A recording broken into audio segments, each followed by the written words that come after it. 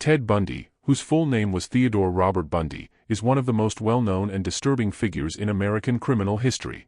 His brutal crimes and the way he manipulated his public image shocked the United States during the 1970s.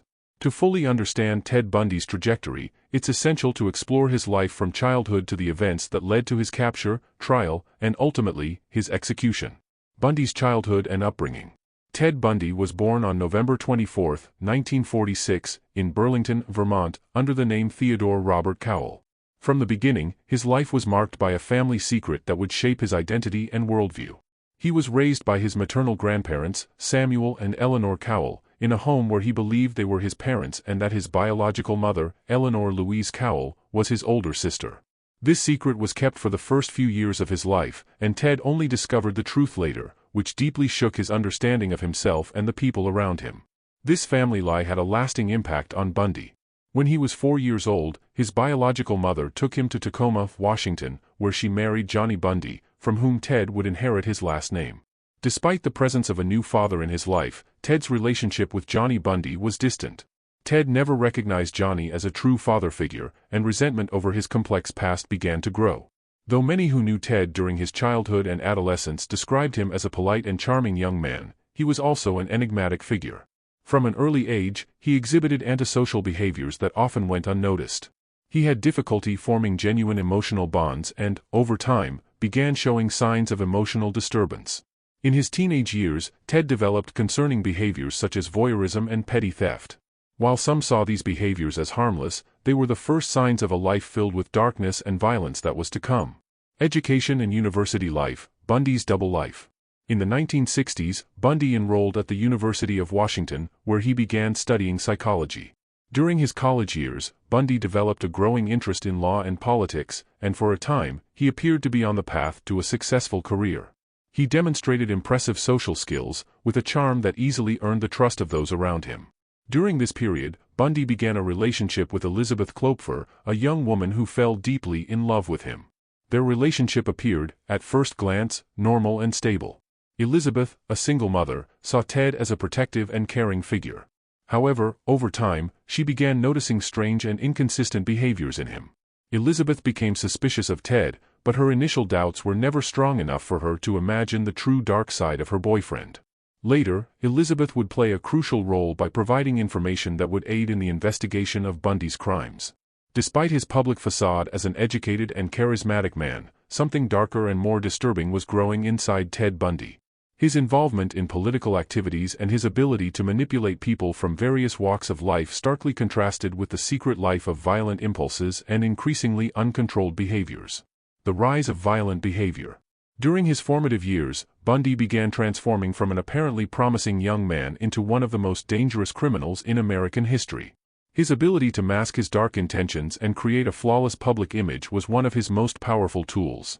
Bundy wasn't satisfied with merely acting like a respectable citizen. He was dedicated to cultivating this image, knowing it would protect him from suspicion. In parallel with this public life, Bundy began planning and executing brutal crimes. He used his charm and good looks to lure his victims, young women, often college students. His approach was meticulous. He would often pretend to be injured or in need of help to lure his victims into a vulnerable position. This technique, combined with his seemingly harmless behavior, led many women to trust him.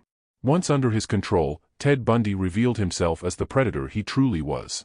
The first crimes and the emergence of Ted Bundy as a killer.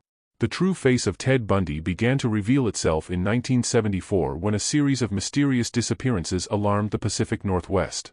Young women, many of them college students, began disappearing without a trace. Bundy's first confirmed victim was Linda N. Healy, a psychology student at the University of Washington, who disappeared from her dormitory in February 1974. This marked the beginning of a wave of crimes that would spread across several states and leave a trail of pain and confusion. Bundy had an attractive and charismatic appearance, which strongly contrasted with his inner nature. He used these qualities to his advantage to attract his victims, often pretending to be injured, with a cast on his arm or leg or using crutches.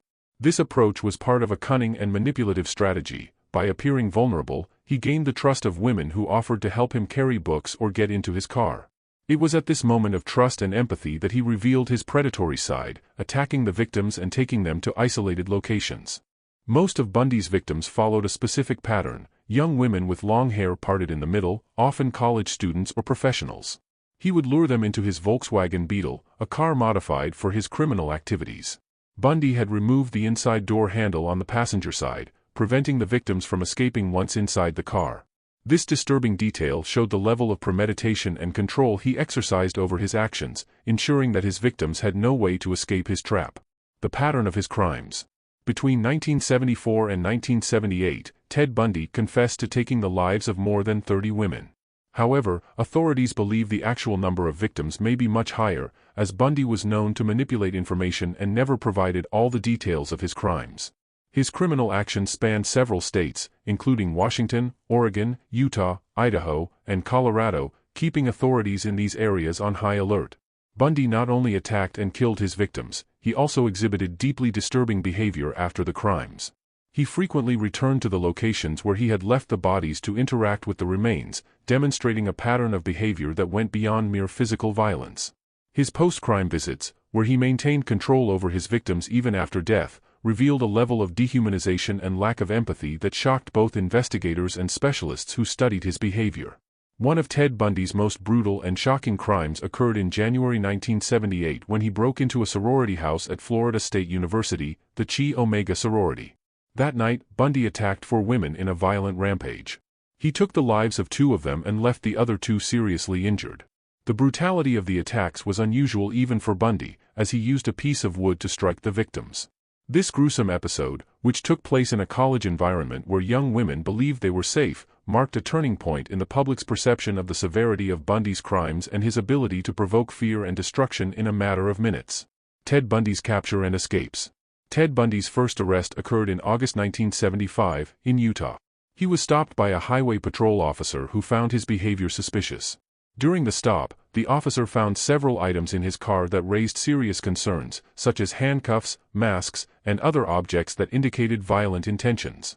Although he was arrested, authorities initially didn't know they were dealing with one of the most wanted criminals of the time. Even after his arrest, Ted Bundy managed to escape on 2 separate occasions. The first escape occurred in June 1977, during a court hearing in Colorado. While awaiting trial, Bundy seized the opportunity to jump out of the second-floor window of the courtroom. He escaped into the forest and managed to remain at large for 6 days before being recaptured. This episode demonstrated not only Bundy's determination to avoid punishment but also his ability to plan and execute daring escapes, something that would be repeated later.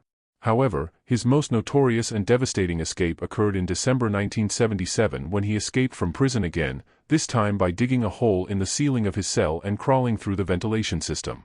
He had intentionally lost weight to fit through the narrow opening, once again showing his incredible adaptability and cunning. This escape was one of the most critical moments in the Bundy case because, while on the run, he resumed committing brutal crimes. During this escape, Bundy traveled to Florida, where he committed the infamous attacks at the Chi Omega sorority at Florida State University, in addition to other violent crimes. The attacks, which happened while he was technically still a fugitive, left the country in shock. The brutality of these events, combined with the uncertainty of his location, created a climate of fear throughout the region. The final capture. The hunt for Bundy finally ended in February 1978 when he was stopped by a police officer in Florida for driving a stolen car. This time, the authorities were ready, and Bundy was arrested without another escape. His arrest brought relief to many families and communities that had been terrorized for years. His behavior during interrogation and trial continued to reflect his manipulation and coldness, but finally, Bundy was in custody, unable to cause more harm.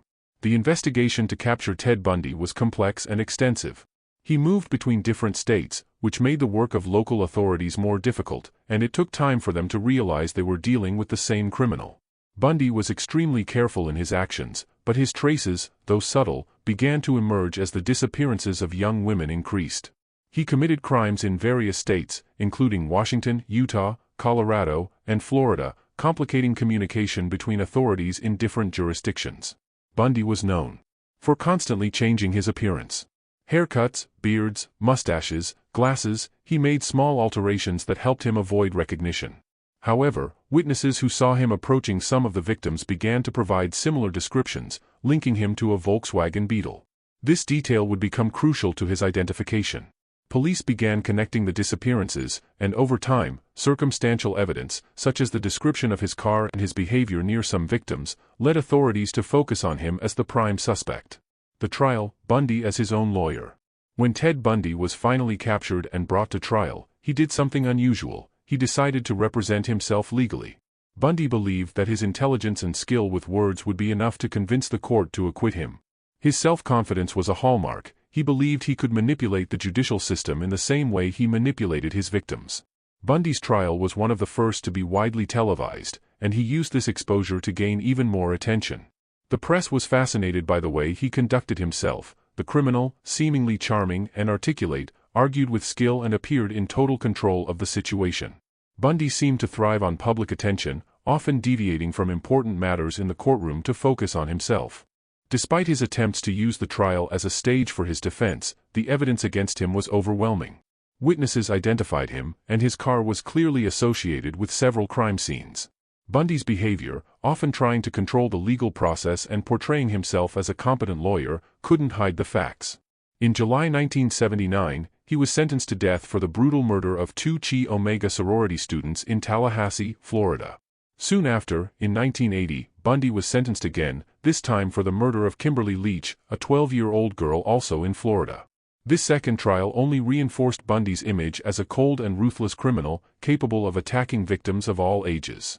The sentence, death penalty and attempts at delay. Ted Bundy was sentenced to death in the electric chair, a sentence he tried to delay numerous times. He employed various legal tactics, including claims of temporary insanity and offering information about other victims in exchange for extensions of his execution. He manipulated the judicial system just as he manipulated those around him, trying to extend his life as long as possible.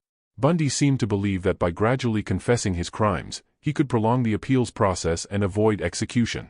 However, these attempts were not enough. After years of appeals, justice ran its course. On January 24, 1989, Ted Bundy was executed in the electric chair at the Florida State Prison. That morning, crowds gathered outside the prison, some holding signs celebrating the end of Bundy and the horrors he had caused. Although his execution ended the life of one of the most notorious criminals in history, the scars from his crimes would continue to haunt the families of his victims and American society for years to come. Ted Bundy remains an enigmatic figure to this day. His ability to captivate people, even after being identified as a serial killer, reveals the complexity of his personality. He was extremely manipulative, and even his appearance and intelligence helped build this distorted image, in which many people, including women, felt drawn to him despite the crimes he committed. During his trial, Bundy managed to marry Carol Ann Boone, a woman who believed in his innocence. The marriage took place dramatically inside the courtroom when Bundy took advantage of a loophole in Florida law, which allowed a public declaration of union made in court to be considered a legal marriage. Boone stood by him for a time and even had a daughter while Bundy was on death row. However, as time passed and the details of his crimes became undeniable, their relationship ended before his execution. The cultural impact of Ted Bundy continues to be significant. His case has been extensively studied by criminologists and psychologists who seek to understand how someone with his intelligence and social skills could become such a violent and ruthless killer. He has become the classic example of a wolf in sheep's clothing, someone who appeared normal and even charming on the outside but carried a deep darkness within.